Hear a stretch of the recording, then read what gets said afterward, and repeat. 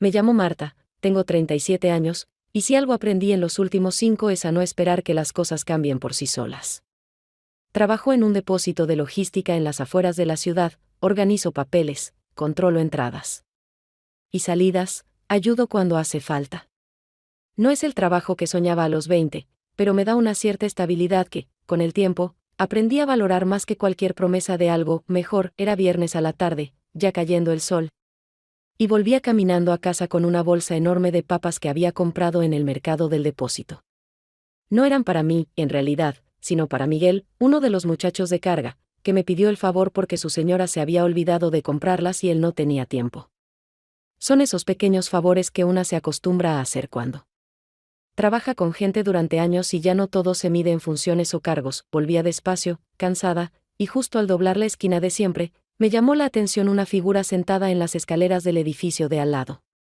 Me tomó medio segundo reconocerlo, y en ese instante el cuerpo me respondió con un silencio raro, de esos que te dejan quieta en mitad de la vereda. Era Santiago, el hijo de Raquel. Lo conocí cuando tenía 12 o 13 años, con las rodillas siempre raspadas, una camiseta del Milan sucia y un perro tuerto que no se le despegaba. No lo había vuelto a ver en más de 10 años, ahora estaba ahí, sentado como si ese fuera su lugar desde siempre, el cuerpo inclinado hacia adelante, los codos apoyados en las rodillas, un cigarrillo a medio fumar entre los dedos.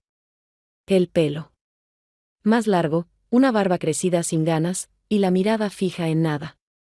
Más alto, más flaco de lo que una espera, con esa expresión cansada que no se puede inventar. Al principio no dijimos nada. Pero cuando me vio con la bolsa de papas, se levantó sin preguntar y me la sacó de las manos como si fuera obvio que iba a ayudar. ¿Estás viviendo acá de nuevo?, le pregunté ya en el pasillo, mientras él cargaba la bolsa como si no pesara. Por ahora sí. En lo de mi vieja. Me estoy tomando un descanso de Lisboa, dijo sin mirarme del todo, como si la explicación no hiciera falta o no alcanzara. No dije nada más. Lo dejé pasar conmigo hasta la cocina, donde apoyó la bolsa al lado del bajo mesada. Miró alrededor con una curiosidad callada, como queriendo recordar algo que nunca vio. No se sentó. No preguntó por nadie. Tampoco por mí.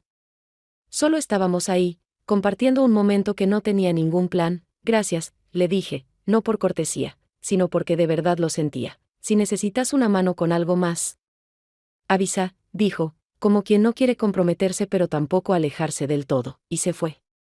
Cerró la puerta con cuidado, sin hacer ruido. No sé por qué, pero me quedé un rato largo parada frente al fregadero, mirando el lugar donde había estado. No era que me hubiera quedado con ganas de hablar más, ni que sintiera algo muy definido. Era solo esa presencia inesperada que te deja el cuerpo un poco distinto. Y lo único que pensé fue que no me había gustado verlo irse. Julio, con quien comparto el departamento, se había ido unos días antes por un viaje de trabajo, como suele hacer últimamente, sin decir cuándo vuelve. Hace tiempo que no hablamos mucho, pareciera que los dos preferimos no hacernos preguntas. Sus cosas siguen en el lugar de siempre, pero su presencia es como una mancha en la pared, parece que está, pero ya no modifica nada. Al día siguiente, ya cayendo la tarde, me puse a limpiar el pasillo del primer piso con una mezcla de vinagre y detergente, de esas que aprendes cuando vivís sola hace años y te cansaste de pagarle a alguien para que haga mal las cosas. La verdad es que no tenía que hacerlo, pero necesitaba mover el cuerpo, sacudir la cabeza, empujar pensamientos hacia los rincones y dejar que el ruido del balde llenara los espacios donde no quería escucharme. A veces limpiar no es limpiar. Es sostenerse. Estaba arrodillada contra la pared, dándole con fuerza a una mancha vieja de mate cocido, cuando escuché la puerta de Raquel abrirse. Pensé que era ella, pero fue Santiago el que salió, en patas y con una remera grande de esas que uno agarra cuando no tiene ganas de pensar en qué ponerse. Tenía el pelo mojado, como recién bañado, y en la mano llevaba un balde metálico que parecía más viejo que los dos juntos. Me miró con algo entre sorpresa y desgano, como si no esperara cruzarse con nadie. ¿Tenés un trapo? El perro tiró agua por toda la pieza, dijo, sin rodeos, sosteniendo el balde con una sola mano mientras con la otra se rascaba la nuca. No le pregunté nada. Fui a buscarle un trapo viejo que uso para las plantas, uno de esos que ya no sirven para pisos pero tampoco dan para tirar. Cuando se lo pasé, noté que evitaba el contacto visual, no por timidez, sino porque parecía estar en otro lado, como si estuviera pensando en cosas muy lejos de esta casa. Siempre te pones a limpiar. ¿Acá afuera?, preguntó, agarrando el trapo y empezando a volver hacia la puerta. Hoy sí. Hay días que limpiar es más fácil que pensar.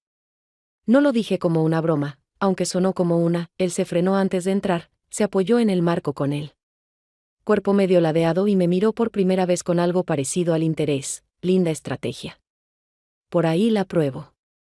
Si me canso de hacerme el que no piensa, no supe qué contestarle. Sonrió apenas, como si no esperara respuesta, y entró. La puerta se cerró con ese clic suave de las casas viejas que aún no perdieron del todo el respeto. Por el silencio, volví a fregar sin apuro, pero ya no estaba metida en la tarea como antes. El trapo hacía su trabajo, el piso se aclaraba de a poco, pero mi cabeza volvía una y otra vez a esa frase suya. No era lo que dijo, sino como lo dijo, sin apuro, sin intención, como alguien que dice cosas en voz alta solo para escucharse. Esa noche, mientras preparaba arroz y hervía una papa para mí sola, pensé 2 veces en ese cruce. No porque hubiera pasado algo, sino porque no pasó nada, y sin embargo algo se movió adentro. Pensé en su perro, en el balde, en su mirada medio torcida, en cómo un encuentro mínimo puede dejar una sombra larga en el día.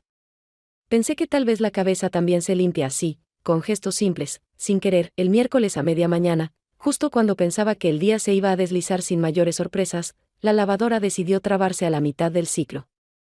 Como si de golpe se hartara de cumplir órdenes.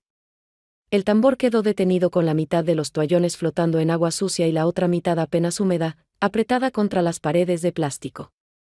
Toqué los botones, probé desconectar y volver a enchufar. Esperé 5 minutos por si solita recapacitaba, pero nada. La máquina se quedó ahí, inmóvil, desafiando mi paciencia con esa pasividad mecánica que solo tienen los electrodomésticos viejos y las personas que ya no quieren dar explicaciones. No me quedó otra que arremangarme y lavar todo a mano. En la pileta del lavadero, como hacía mi abuela cuando vivía en el campo. El agua estaba fría, el jabón se me resbalaba de los dedos, y cada movimiento me recordaba que hace rato no usaba los brazos para nada que no fuera apretar teclas o sostener una bolsa del súper. Me dolía la espalda, pero no quería parar.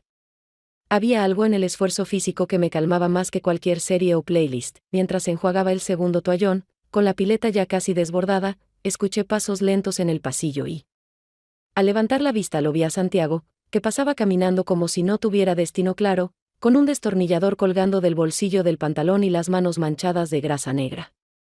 Llevaba puesta una remera sin mangas, de esas que se usan cuando uno está más pendiente del calor que de la imagen, y el pelo algo revuelto, como si hubiera metido la cabeza debajo del capó de un auto. Se detuvo al verme en el lavadero, con los brazos sumergidos hasta los codos y el rostro mojado por el vapor que se mezclaba con el olor del detergente. ¿La máquina murió?, preguntó sin sorpresa, apoyándose en el marco de la puerta como quien mira una escena conocida. Está en huelga.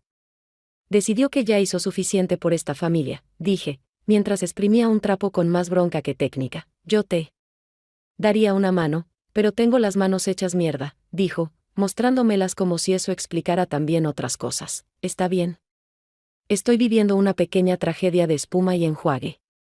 Nada grave, pero igual me hace sentir vieja. Él se quedó en silencio unos segundos, y justo cuando pensé que ya se iba, dijo algo sin levantar mucho la voz, como si no supiera bien a quién se lo decía. Las cosas que no hacen ruido son las que más tardan en pasar. Me quedé quieta.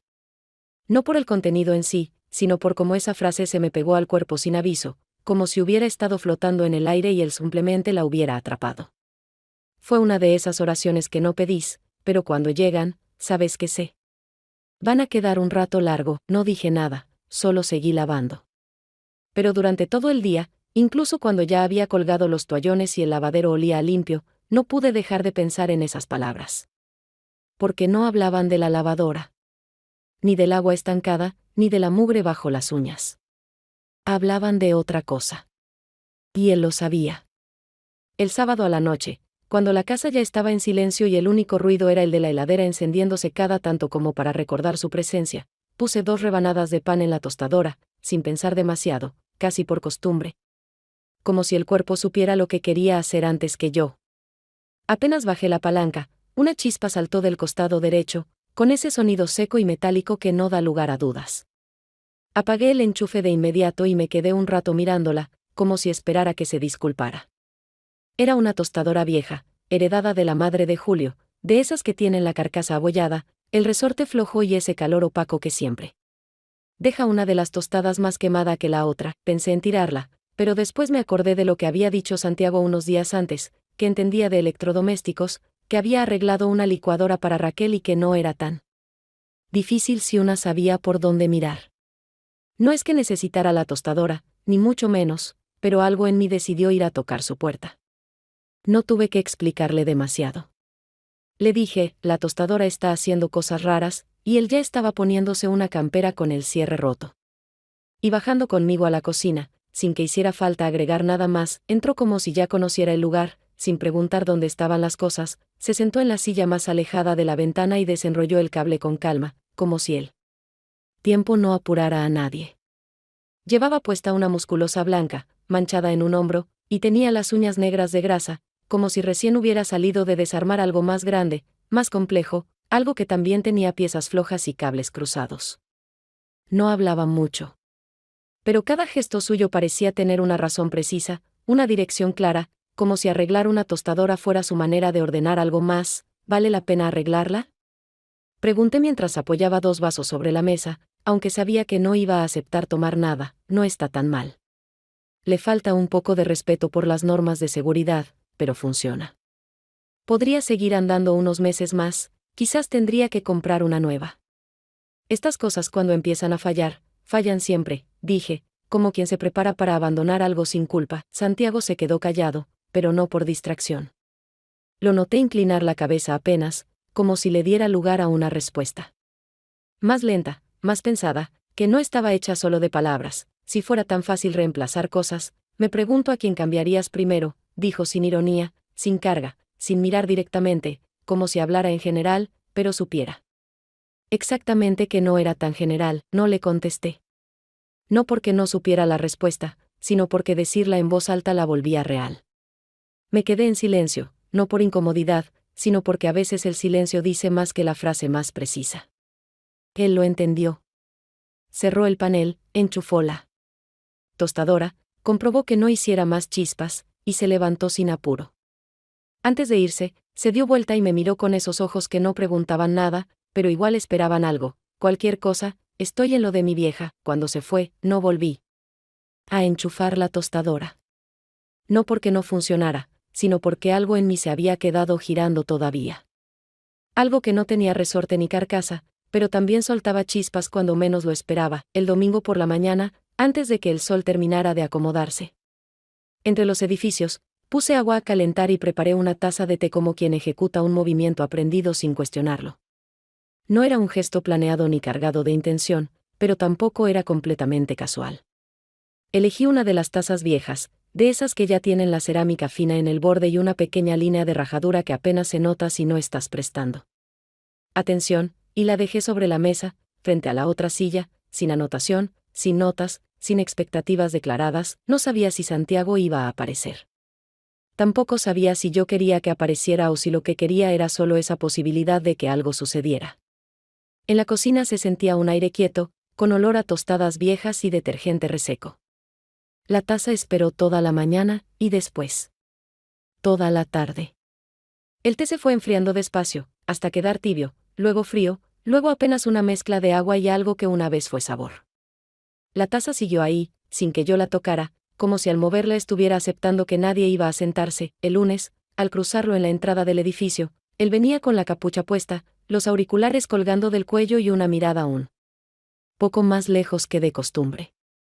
Lo saludé con un gesto casi imperceptible, y él se frenó a un paso de mí, sin sacar las manos de los bolsillos. Tu taza se quedó esperándote, dije sin intención de sonar seria, pero sin tono de broma. Tampoco. Él me miró un segundo, midiendo lo que quería contestar. La dejaste para mí y no la tiré. Es distinto, respondí, sintiendo que esa frase decía bastante más de lo que había pensado cuando la pronuncié. No está mal, dijo él, y no sonrió, pero sus palabras tenían una suavidad que antes no hablamos más. Apenas un silencio. Entre nosotros, diferente al de antes. Uno que no pesaba ni raspaba, sino que se quedaba ahí, cómodo, como si ambos hubiéramos entendido que ya no hacía falta llenar los huecos con frases. Desde ese día, las conversaciones fueron más escasas.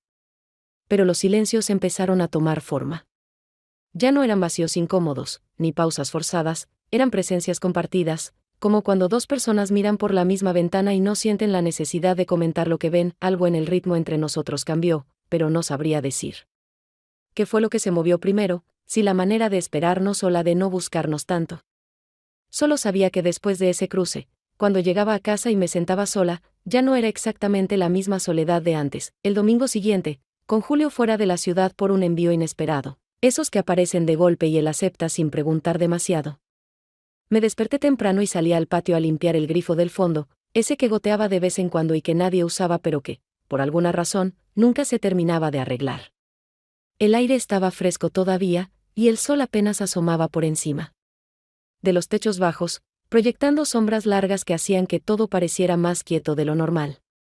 Me arrodillé frente al caño con un trapo, una esponja vieja y un balde con agua caliente, y me puse a frotar sin apuro, como si el óxido respondiera mejor a la paciencia que a la fuerza. Lo escuché antes de verlo. Santiago caminaba despacio, arrastrando las zapatillas contra el cemento, con una taza en la mano y la mirada todavía sin terminar de despertarse. Llevaba una remera gris, grande, con una mancha de pintura en el hombro, y se sentó en el borde del cantero sin decir palabra. Durante unos minutos, cada uno estuvo en lo suyo, compartiendo el mismo espacio pero sin necesidad de llenar el aire con frases. El silencio tenía peso, pero no molestaba. Era ese tipo de silencio que a veces se da entre dos personas que todavía no saben si acercarse es una buena idea, pero tampoco se alejan. ¿Vos siempre estás limpiando algo?, preguntó, no con burla, sino con una mezcla de curiosidad sincera y resignación. Si no son las manos, es la cabeza, contesté sin pensarlo mucho, sacando el trapo del balde y volviendo a pasarlo por la rosca oxidada, como si eso pudiera ordenar algo más que el grifo. Él bajó la mirada a su taza, la giró un poco entre las manos, y dejó escapar una exhalación que no era exactamente un suspiro, pero casi. Después levantó la vista hacia mí, y sus ojos, más que preguntarme algo, parecían buscar alguna respuesta que ya conocían de antemano. No sé qué es lo que está pasando con nosotros, dijo al fin, con una voz tan tranquila que dolía. Más que si hubiera gritado. No me moví. Me quedé como estaba, en cuclillas, con el trapo todavía en la mano y la piel mojada por las gotas del grifo. Lo miré directo, sin bajar la vista, sin fingir otra cosa. Él dejó la taza a un costado y se inclinó hacia mí. Su movimiento fue suave, sin apuro, sin fuerza, como si se acercara a algo frágil. Me besó una sola vez, apenas, con los labios tibios y una pausa que duró más que el gesto. No fue un beso ansioso ni torpe. Fue un intento, una prueba. Algo que no buscaba confirmación inmediata, sino espacio. No lo rechacé, pero tampoco respondí. Me quedé quieta, y en ese no gesto ya había una respuesta. Él lo entendió, porque retrocedió sin dramatismo, recogió su taza y volvió a sentarse, esta vez con la espalda apoyada en la pared, mirando el cielo como si ahí estuviera el mapa de algo que ninguno de los dos sabía leer. Terminamos la mañana sin más palabras. Él se quedó un rato largo ahí, mientras yo seguía limpiando un grifo que ya estaba limpio. No hacía falta que dijéramos nada. Ambos sabíamos que algo se había movido, aunque todavía no sabíamos hacia dónde. Julio volvió un martes al mediodía sin mandar mensaje, sin aviso previo, como si hubiera decidido aparecer simplemente porque el aire de la ruta ya no le gustaba o porque había terminado antes el encargo. Tocó el timbre solo una vez, y cuando abrí, estaba parado con una bolsa de pan bajo el brazo y la cara de quien no espera ni explicaciones ni preguntas.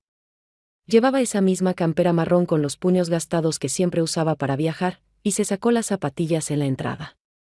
Como si hubiera estado fuera apenas un par de horas, no casi una semana. ¿Todo bien acá?, preguntó, dejando la bolsa sobre la mesada como si nunca se hubiera ido. Sí, respondí, y noté que mi tono era más bajo de lo habitual, como si intentara no empujar el aire con la voz. Me miró con los ojos entrecerrados, como cuando trata de distinguir si algo está fuera de lugar sin tener pruebas reales, y se apoyó contra la heladera mientras yo cerraba la ventana que había dejado abierta por el calor. ¿Estás durmiendo con ese pibe?, preguntó de golpe, sin levantar la voz, sin apretar las palabras, pero con la claridad de quien no está tanteando el terreno. No fingí sorpresa, ni me reí, ni hice tiempo Lo miré a los ojos y contesté con la única verdad que tenía a mano. No, él no reaccionó. Se quedó en el mismo lugar, como si mi respuesta fuera apenas una parte de lo que necesitaba saber. ¿Pero te gustaría? La pregunta quedó flotando entre nosotros como una toalla húmeda colgada en el medio de la cocina. No contesté enseguida, porque sabía que la palabra que eligiera iba a pesar más por lo que no dijera que por lo que dijera. No lo sé, dije. Al final, y el silencio que siguió fue mucho más fuerte que cualquier afirmación. Julio no gritó, no me interrumpió, no hizo ninguna escena. Se sacó la campera, tomó un vaso del estante y se sirvió agua, como si necesitara un gesto mínimo para no quedarse inmóvil. Después fue hasta el cuarto del fondo y cerró la puerta sin golpearla, sin trabarla, sin dejar señales. Entendí que no iba a dormir conmigo esa noche, que se acostaría en el otro cuarto, el de las cajas viejas y la cama de invitados, donde la luz entra por la rendija de la persiana y el ventilador hace un ruido de pájaro cansado. Me quedé sola en la cocina, con el pan en la bolsa aún tibio, y me senté sin hambre, sin saber muy bien si eso que acababa de pasar era el principio de algo o el cierre definitivo de otra cosa. Pensé en Santiago, no con culpa, pero sí con una sensación rara de haber cruzado una línea que no sé si estaba dibujada. Pensé en Julio, en cómo su silencio a veces pesa más que cualquier palabra dura, en cómo duele más cuando alguien no pelea, porque entendés que ya no quiere convencerte de nada. Y entonces supe que, aunque la casa no había cambiado en nada, algo entre sus paredes ya no era igual. El jueves por la tarde, mientras colgaba la ropa en el balcón con la torpeza de quien tiene la cabeza en otra parte, recibí un mensaje de voz de Inés. Su nombre apareció en la pantalla como si lo hubiera invocado con el pensamiento, porque justo esa mañana, al encontrar una vieja bufanda que me había prestado una vez y nunca reclamó, la había recordado sin buscarlo. Reproduje el audio. Con una mezcla de nostalgia y cautela, sabiendo que cualquier cosa que dijera iba a dejarme pensando más de la cuenta. Su voz sonaba tranquila, con esa calma que solo se nota cuando uno está muy lejos de todo. Me contó que iba a quedarse en Punta del Este todo el verano, que el trabajo remoto le permitía estirarse unos meses más, y que, aunque al principio le costó estar sola, ahora se sentía extrañamente bien. Acá está más tranquilo sin ustedes, dijo, y luego agregó, no es algo malo, simplemente es lo que es. Esa frase se me clavó como un anzuelo, no por crueldad, sino por lo exacta, y antes de que terminara el mensaje, ya sabía que no iba a responderle. Lo borré sin pensarlo mucho, sin quedarme a escuchar otra vez. No quería repetir el eco. Esa noche, Santiago bajó a la cocina mientras yo secaba platos, con las mangas arremangadas y el pelo todavía húmedo de una ducha rápida. Llevaba puesta una remera limpia, pero arrugada, y traía consigo ese olor a taller, a tierra y a metal, que se le había vuelto una especie de firma. Apoyó el codo sobre la mesada y, sin demasiadas vueltas, dijo que estaba por irse. No ahora mismo, pero pronto. Un amigo en Trinidad está buscando gente, explicó, sin mirar directamente, con los ojos clavados en el piso como si ahí se jugara algo que él no podía controlar. Pensé que no aguantabas otra ruta, dije sin sarcasmo. Pero con algo de cansancio inevitable en la voz. No aguanto otro silencio, respondió él, tan rápido y claro que no hubo espacio para interpretar nada distinto. Durante un momento, ninguno de los dos se movió. La cocina parecía más chica que de costumbre, y el ruido del ventilador era lo único que sonaba. Él no explicó mucho más, no pidió opinión ni consejo, y yo no se lo ofrecí. Ya no estábamos en ese lugar. Éramos dos personas que compartieron un borde, pero nunca se tiraron del todo. No discutimos. No hubo una despedida formal. Él solo dijo que me avisaría cuando se iba exactamente, y después salió por la puerta con esa forma suya de irse. Sin mirar atrás, sin golpear, sin marcar territorio. Me quedé sola con los platos limpios, el aire tibio de la noche y una sensación agria que no sabía si era tristeza o alivio. Esa frase suya, no aguantó otro silencio, me quedó flotando. Como una alarma sin apagar. Porque yo también lo había sentido, ese silencio denso que se forma cuando nadie se anima a moverse primero, como si el miedo a romper algo fuera más fuerte que las ganas de seguir. Y por primera vez en mucho tiempo, sentí que quizás también yo estaba huyendo. Pero no de él, ni de Julio, ni de Inés. De lo que no me animaba a decir. El sábado, después de pasar casi una hora en el mercado peleando con señoras por las últimas mandarinas decentes y soportando la música enlatada que salía de los parlantes del techo, llegué a casa con las bolsas marcándome los dedos y un humor que ya no podía disimularse ni con una ducha larga. Dejé todo sobre la mesa sin orden, los duraznos rodando hacia una esquina, la merluza medio descongelada, el ajo desparramado como si el caos tuviera permiso para quedarse. Abrí la canilla, me lavé las manos con fuerza, y recién ahí sentí. El silencio, era ese tipo de silencio que no tiene espesor, pero pesa. No se escucha, pero se nota en cada rincón. Apreté los ojos por un segundo, tratando de sacudir la cabeza y volver a una especie de normalidad, pero todo seguía igual, la misma luz filtrándose por la ventana, el mismo ruido de la heladera funcionando, el mismo aire cargado de cosas que no se dicen. No fue hasta que me acerqué a cerrar la puerta del frente, esa costumbre que tengo de comprobar que esté bien trabada, incluso si no salí, que los vi. Las llaves. Estaban ahí, colgando del lado de afuera, solas, sin ningún llavero, sin nada que las distinguiera. El llavero de la guitarra azul que él usaba ya no estaba. Solo el metal frío, simple, funcional. Las reconocí enseguida, y esa ausencia de adorno fue lo que más me dolió. No hacía falta que me dejara una nota, ni que me avisara por mensaje. Esa imagen, las llaves puestas en la cerradura sin intención de recuperarlas, ya lo decía todo. Santiago se había ido sin despedirse. No hubo cruce de miradas en el pasillo, ni una última frase que pudiera repetirme después en la cabeza como una especie de consuelo. No dejó un gesto amable ni un portazo que justificara el enojo. Dejó lo justo, la prueba de que no volvería y el gesto de no hacer ruido al irse. Fue un tipo de respeto que dolía más que cualquier distancia. Me quedé un rato largo en el marco de la puerta, sin tocar las llaves, sin sacarlas de inmediato. Las miraba como si fueran algo vivo, como si al moverlas fuera a pasar algo. Pero no pasó nada. Solo el día avanzando, las bolsas esperando, y una sensación en el pecho que no tenía nombre, pero que se parecía demasiado a la certeza. No.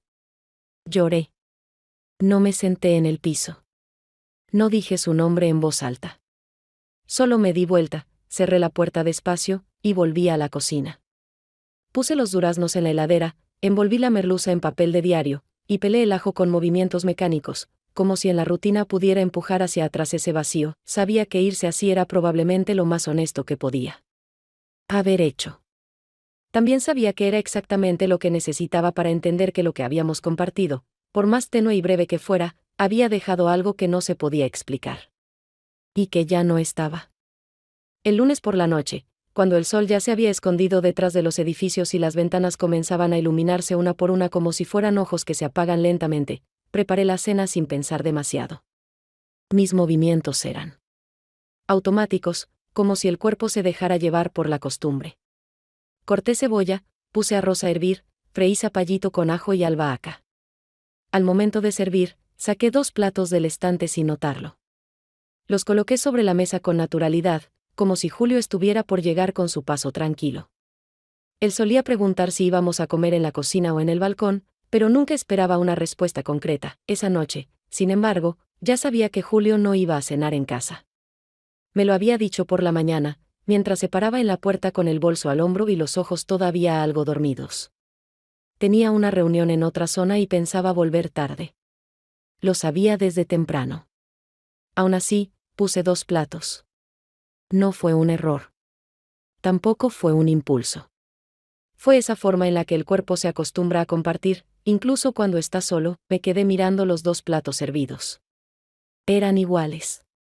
Estaban ordenados con cuidado. Me detuve ahí por varios minutos. No sentí tristeza, ni quise hacer drama. Pero algo en esa escena resultaba difícil de sostener. Me senté, sin tocar los cubiertos, y dejé que la mirada se perdiera en la botella de vidrio que hacía años usaba como florero. Estaba vacía. La tenía sobre una repisa. La luz de la lámpara se distorsionaba al pasar por el vidrio y parecía que todo lo que había alrededor debía verse menos claro. Pensé en Santiago. No fue un recuerdo preciso. Tampoco lo comparé con nadie. Ni siquiera lo sentí como una ausencia. Fue una idea que apareció sin intención. No trataba de entender nada. No me pregunté dónde estaba, ni si pensaba en mí. Solo pensé que había estado. Y algo de eso todavía flotaba en el aire, en la silla vacía, En el gesto repetido de poner 2 platos cuando ya no hacía falta hacerlo. También pensé en Julio. No con culpa. Lo pensé como se piensa en alguien que conoce tus rutinas, que entiende tus horarios, pero que no se entera de lo que no se dice. Y entonces pensé en mí. En esa versión mía que no se acomoda del todo con uno ni con otro. Que no busca grandes respuestas. Que solo quiere entender por qué algo tan simple como poner la mesa puede ser tan difícil de explicar. Esa noche cené sola, como muchas otras veces. Pero algo era distinto. Cada bocado tenía una parte de reconocimiento y otra de despedida. No sentía tristeza. Era una claridad serena. Guardé el segundo plato sin tocar. Lo cubrí con un repasador limpio y lo puse en la heladera. No porque creyera que alguien iba a comerlo después, sino porque no estaba lista para volver a dejar la mesa con un solo plato. En algún rincón, todavía seguía la costumbre de esperar lo que ya no vuelve. El miércoles, mientras acomodaba cajas en el lavadero del depósito y hacía equilibrio entre papeles mal impresos y productos de limpieza, una de las supervisoras me dio una lapicera nueva para firmar una entrega. Era liviana, de plástico común. La tapa azul se caía si no la apretabas bien. No tenía marca visible. No tenía peso especial. Tampoco un diseño llamativo. Aún así, al firmar con ella, sentí algo raro. Me detuve un instante. La letra con la que escribía mi nombre no me parecía del todo familiar. La firma había salido diferente. No era solo que estuviera más inclinada o apretada. Sentía que alguien más la había hecho. No tenía que ver con la lapicera. No era la tinta ni el papel húmedo. Era otra cosa. Me di cuenta de que yo había cambiado. Lo noté justo ahí, en medio de una rutina cualquiera. Entre cajas, entre productos, entre números, no me sentía mejor persona. Tampoco más fuerte ni más libre. No había tenido una revelación. No era una versión iluminada de mí misma.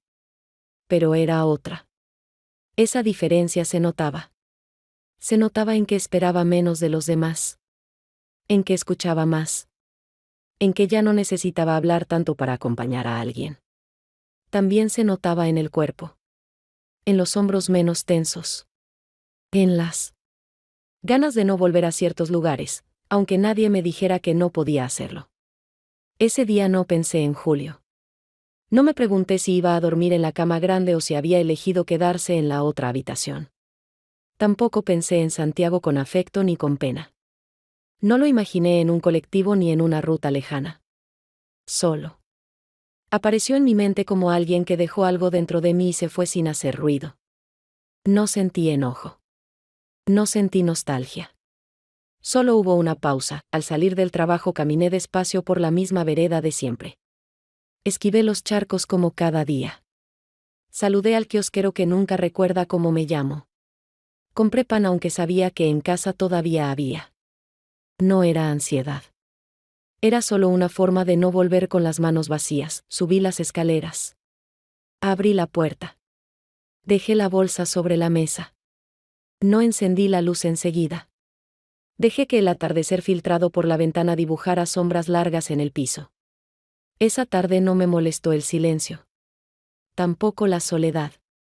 No sentí necesidad de poner música ni de buscar distracciones. No me dolió que nadie preguntara cómo había sido mi día. Me senté en la silla de siempre. Puse los pies cruzados sobre otra. Respiré profundo. No era felicidad. Pero tampoco era tristeza. Era algo simple. Honesto. Era saber, sin tener que decirlo, que no quería volver atrás. Aunque lo que viniera después fuera otro día parecido a los anteriores.